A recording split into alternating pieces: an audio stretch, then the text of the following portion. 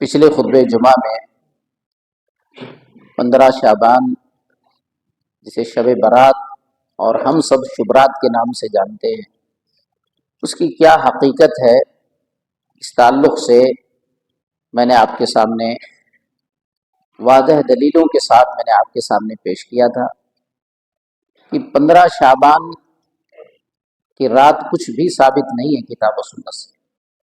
ہاں، شعبان کے مہینے میں اللہ کے نبی صلی اللہ علیہ وسلم کثرت سے روزہ رکھتے تھے، اور آپ نے کہا یہ مہینہ ہمارے جو سالانہ رپورٹ ہوتے ہیں اعمال کے، اس کی پیشی کا مہینہ ہے، اس لیے کثرت سے روزہ رکھا جائے، وہ بھی 15 شعبان تک۔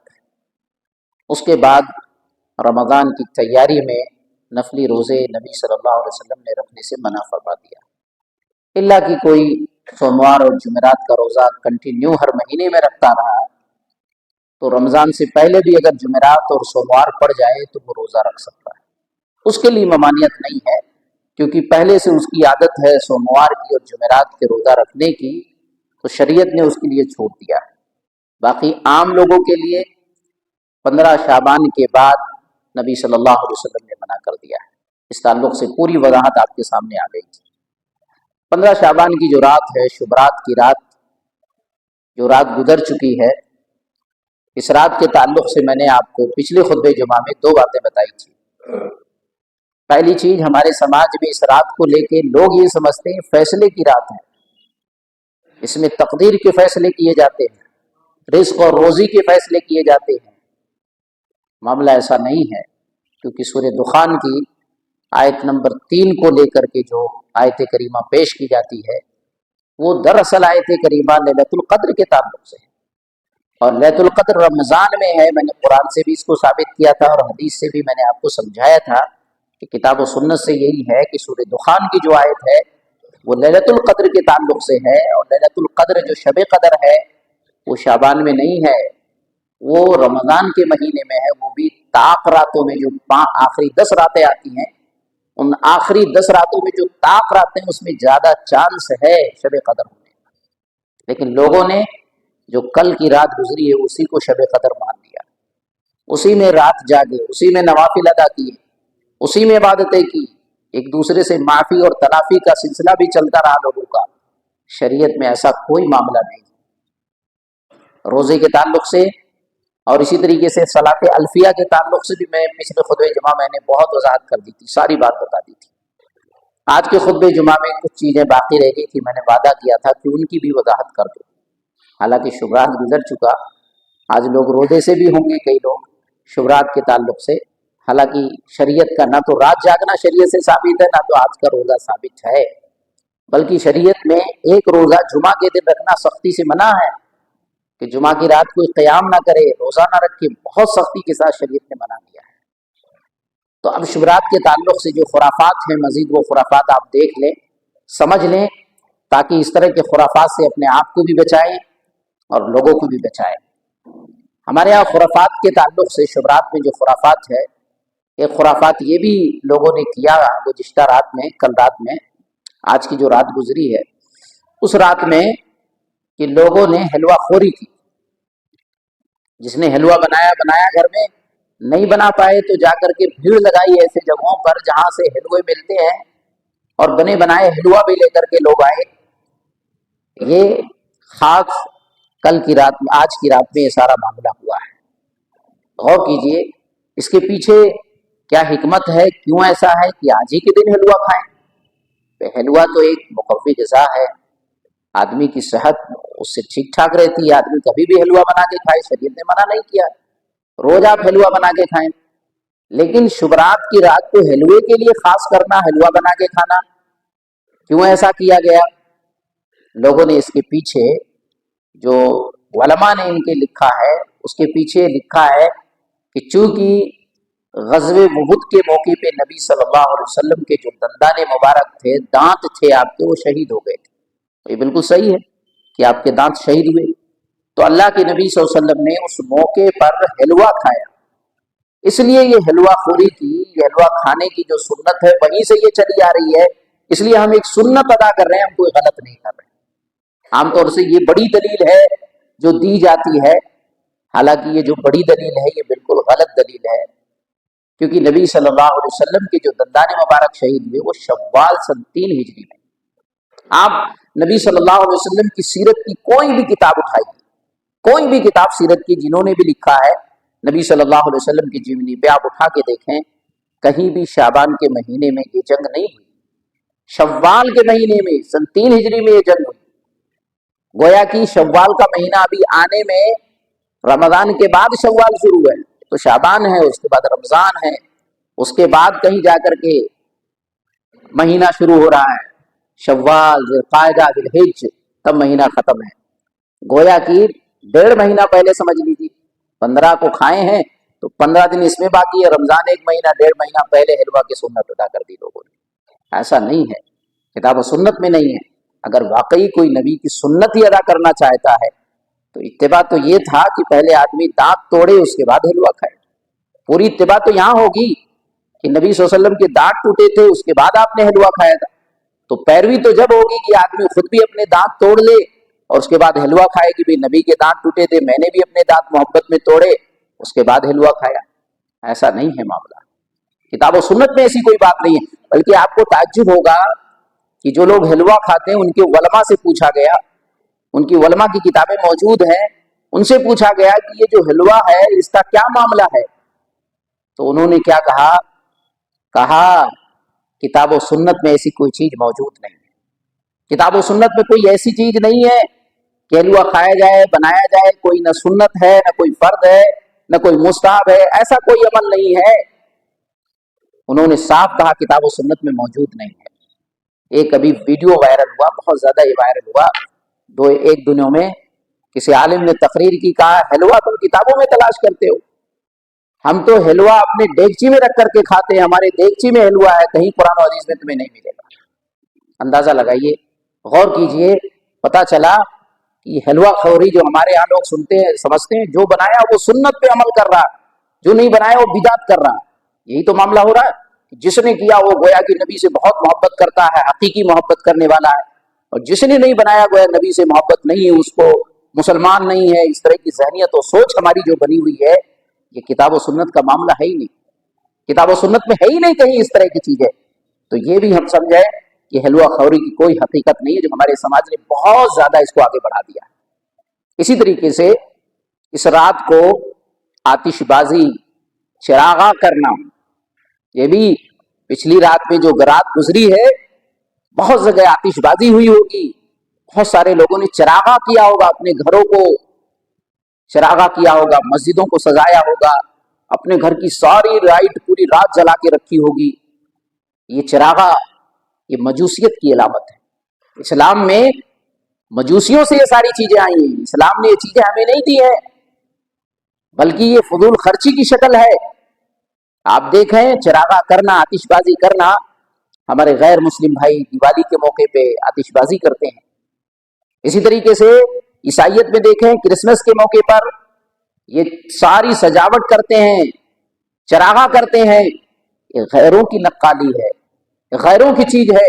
اسلام نے ہمیں یہ چیز نہیں دی ہے، اور یاد رکھیں اگر اسلام نے یہ چیز نہیں دی، ہم کر رہے ہیں اور غیر یہ کر رہے ہیں، وہی ہم کر رہے ہیں، تو گویا کہ ہم ان کی مشابہت اختیار کر رہے ہیں۔